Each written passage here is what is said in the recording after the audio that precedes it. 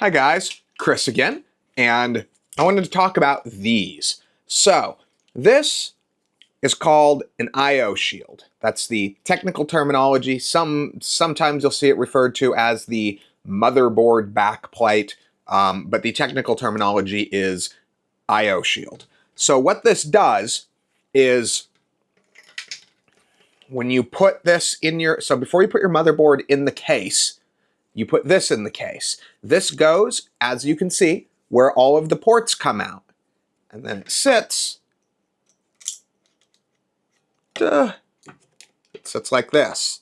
And that does a couple of things. One thing it does is it just looks good.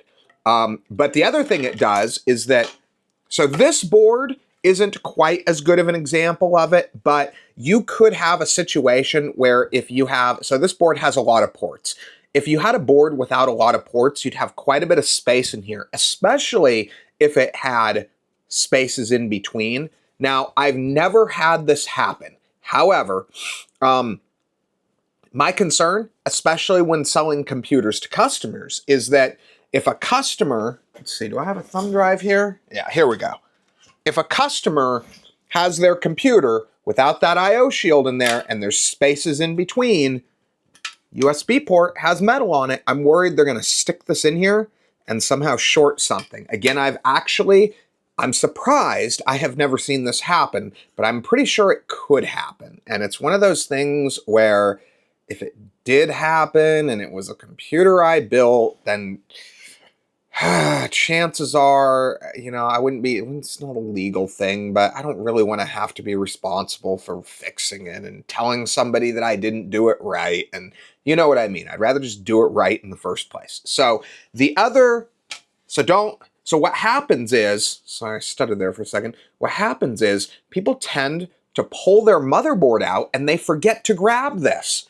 And so what'll happen is it'll stay with the case and they'll either sell or dispose of the case, and then they won't have this.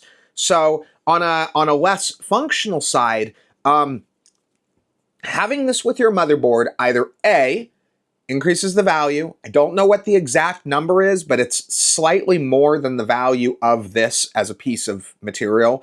It's like 20 bucks probably on, say, a $200 board. The other thing it does is it makes the sale complete, and it makes it easier for you to sell your motherboard because your motherboard is complete. So when you look on eBay, you'll see a lot of boards at recycle centers that say no I/O shield. Anyway, I just wanted to show you guys that and remind people, don't forget your I/O shield. Anyway, I hope you guys find this to be useful, and thanks for watching.